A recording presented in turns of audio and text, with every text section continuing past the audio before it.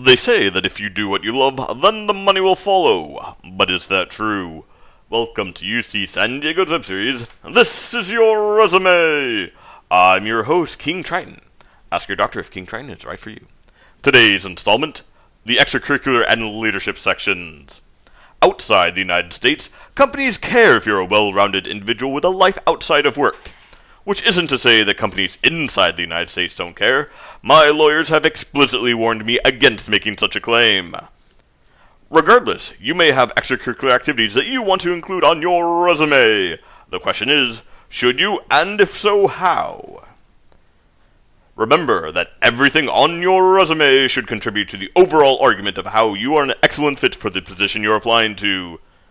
First, ask yourself, what argument are you trying to make by including your extracurriculars? Perhaps you want to include your extracurriculars to tacitly argue that you're engaged with your profession. Membership in professional societies can do that. Or perhaps you want to include them in order to demonstrate your progression of leadership from general member to president, vice president, and even king. Or perhaps something else. If you're unclear as to how your extracurriculars relate to your qualifications for the position, the hiring manager will also be unclear. Second, ask if your extracurricular experience developed a skill that the hiring manager is looking for. But don't be too hasty to discard an extracurricular activity if your answer is no.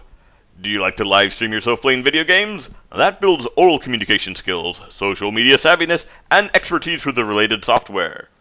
Or perhaps you play street hockey in a local league. That improves your teamwork and communication skills, not to mention your knowledge of first aid. Like to paint? Most every team can benefit from someone with a rudimentary understanding of how to make things look not ugly. Whatever your hobby is, there's probably some work-related skills that it develops. You just have to dig deep, look hard, and experiment. Well, it's often better to prove you have a desired skill in the context of the field that you are applying for. If that skill is important to have, then it is better to list it on your resume in any context at all, rather than no context at all. How should you include these activities on your resume? If you can only answer the first question, what are you trying to communicate, then it is likely best to present this information as a simple list. In that context, the list is what is making the argument, not the entries themselves. For each entry, though, be sure to include the relevant dates and your specific role in that organization.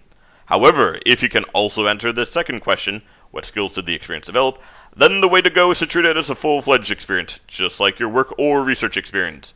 Which means, yes, you will need to include bullet points. Consult episode 4 if you are unclear as to how to do that. But remember, not every resume needs these sections. Include them if they are relevant, but cut them if they're not. Join us next week as we discuss the skills section and including your coursework on your resume.